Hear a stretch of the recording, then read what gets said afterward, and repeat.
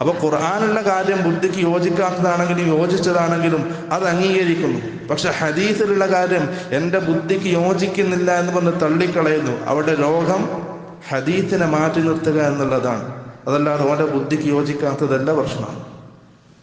Zamzam വെള്ളത്തിന് റസൂൽ സല്ലല്ലാഹു അലൈഹി വസല്ലം ശിഫയുണ്ടെന്ന് പറഞ്ഞു. ഖുർആനിൽ അള്ളാഹു തേനിൽ ശിഫയുണ്ടെന്ന് പറഞ്ഞു. രണ്ടും ഒരേപോലെ ഒരു മുവഹിദ് അംഗീകരിക്കണം, എന്നാലും ഒരു മുസ്ലിം ആവും. ഒന്നിനെ അംഗീകരിച്ച് ഒന്ന് അംഗീകരിക്കുന്നില്ല എന്നുള്ളത് അത് അവൻ്റെ മനസ്സിനാണ് രോഗം, അവൻ്റെ ബുദ്ധിക്കല്ല. രണ്ടാമത്തത് പറയാണ് ദജ്ജാലിനെ സംബന്ധിച്ചുള്ള ഹദീസ് സഹീഹായ ഹദീസാണ്.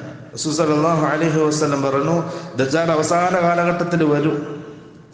അവൻ ഒരു മനുഷ്യനെ, ഒരു യുവാവിനെ കൊല്ലും, മരിപ്പിക്കും, എന്നിട്ട് അവനെ വീണ്ടും ജീവിപ്പിക്കും.